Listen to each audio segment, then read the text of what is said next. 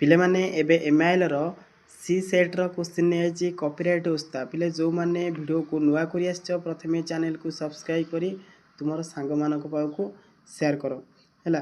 प्रथमे पिले देखो जदि तुमे एगुडा को निश्चित भाव प्रैक्टिस करके जाउछो परीक्षा रे निश्चित पड़िबो ये हैला। कारण ये प्रत्येकटी क्वेश्चन तुम पई सबठार इंपोर्टेंट कारण कॉपीराइट रो क्वेश्चन उस्तार संपूर्ण आसुची तुम पई हैला। एडा मु संपूर्ण तुम पई सी सेट रो नहीं आसी। फास्ट क्वेश्चन कौन अच्छी कवि क्या पौष मासर अमीय बोली कहिसेंती हैला। फास्ट क्वेश्चन आंसर कौन हम ना आखु रसर दोरुओ को बुझेला। एक नंबर सी हूँ आंसर। दुई नंबर देख मनीष को किए मंत्र देछि जहाँफल से तार चिंता शक्ति हराई बसी है। दुई नंबर आंसर कौन हम एटा हूँ जंत्र।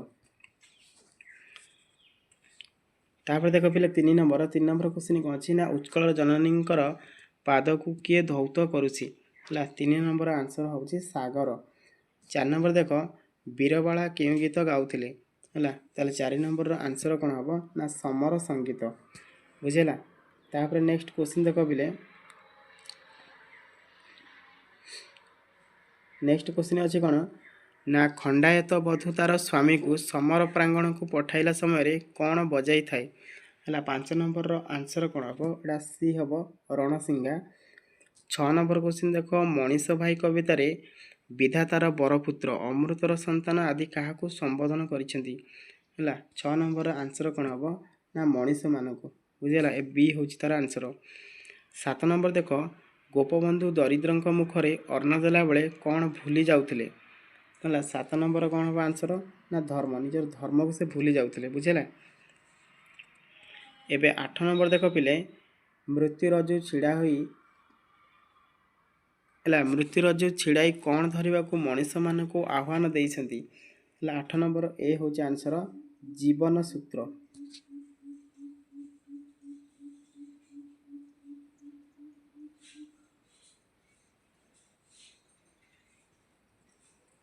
तापर देख पिले 9 नंबर गोपबंधुंकर निज प्राण ठारू कौन प्रिय थिला बोली कवि कहिसेंती है। 9 नंबर आंसर कौन हम ना जन्म माटी है। एबे 10 नंबर पिले देख भक्त प्रेमिकर एकमात्र संबल बोली कवि क्या कहिसेंती है। 10 नंबर आंसर पिले कौन हम ना पद्म है। डी हूँ यार आंसर। एबे 11 नंबर देख प्रकृत मित्र को सर्वदा क्यों निर्भूत कराती है। 11 नंबर आंसर कौन हम ना पापरू। एबे 12 नंबर देख पिले 12 नंबर क्वेश्चन अच्छी कौन ना क्यों बंधुता संसार रे विरल बुझेला। 12 नंबर ए हूँ आंसर निस्वार्थ बंधुता। 13 नंबर देख पिले क्यों माने ए देशर आध्यात्मिक संस्कृति सृष्टि करथिले है। 13 नंबर आंसर कौन हम एटा सी हम आंसर मुनि ऋषि माने बुझेला। तापर 14 नंबर देख रस्किन क्यों देशर लोक अटंती है। 14 नंबर बी हूँ आंसर इंग्लैंड। 15 नंबर देख इंद्र विश्वामित्रंकर तपभंग पाई क्या पठाई थिले ना। 15 नंबर आंसर बी हम मेनका। एबे 16 नंबर देख पिले 16 नंबर कौन अच्छी ना मथुरा मंगल कହାର रचना अटे है। 16 नंबर आंसर कौन हम ए हम भक्त चरण दास। पिला को भल भाव में प्रैक्टिस करके जाओ निश्चित परीक्षा तो आसब कंपलसरी है। जदि वीडियो को नुआ कर आस प्रथम चैनल टी सब्सक्राइब कर तुम सांग मान पाखु शेयर कर। एबे 17 नंबर देख निम्नोक्त मध्य किए अभिमन्यु सामंत सिंहार श्रेष्ठ कृति है। 17 नंबर पिले आंसर कौन हम बी अर्थ विदग्ध चिंतामणि बुझेला।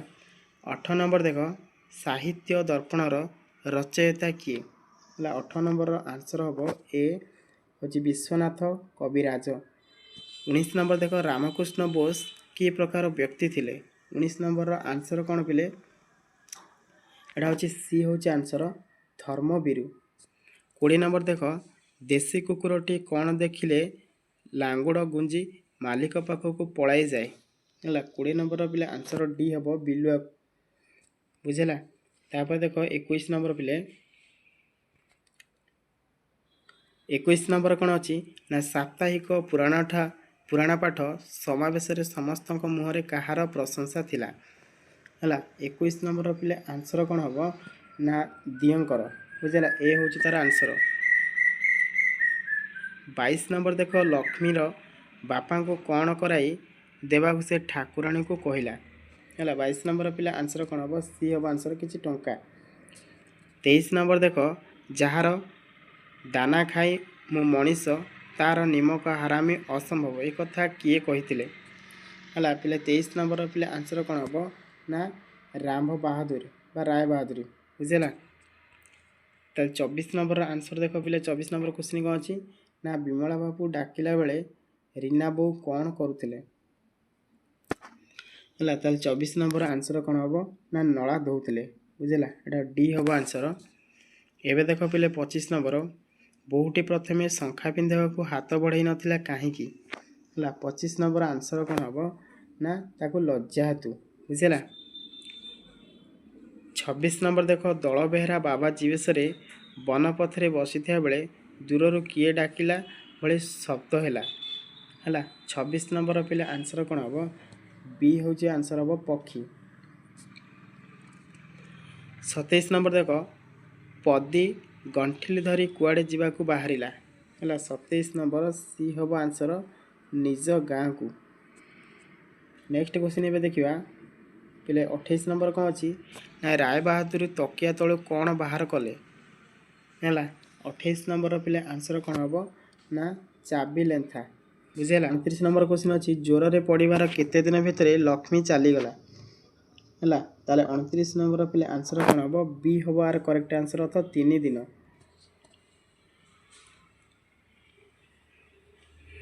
30 ନମ୍ବର ଦେଖ ବିମଳା ବାବୁଙ୍କ ପାଦ କାହିଁକି କଟକଟ ହେଉଥିଲା? ହେଲା 30 ନମ୍ବର ପିଲା ଆନ୍ସର ସି ହେବ ଜୋତା ଫିତା ହେଲା ଜୋରରେ ଭିଡ଼ୁଥିବାରୁ ଜୋତାର ଫିତା ବୁଝିଲା ସି ହେଉଛି ଏହାର ଆନ୍ସର।